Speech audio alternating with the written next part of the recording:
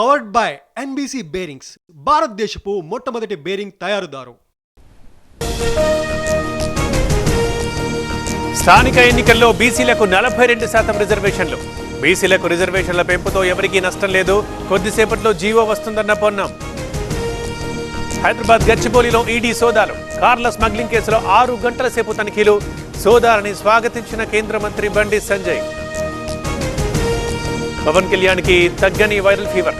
వైద్య పరీక్షల కోసం హైదరాబాద్ వెళ్లనున్న పవన్ త్వరగా కోలుకోవాలంటూ చంద్రబాబు, లోకేష్ ట్వీట్లు. కాకతీయ మెడికల్ కాలేజీ ఆసుపత్రిలో సమ్మె. పారామెడికల్, నర్సింగ్ సిబ్బంది ఆందోళన.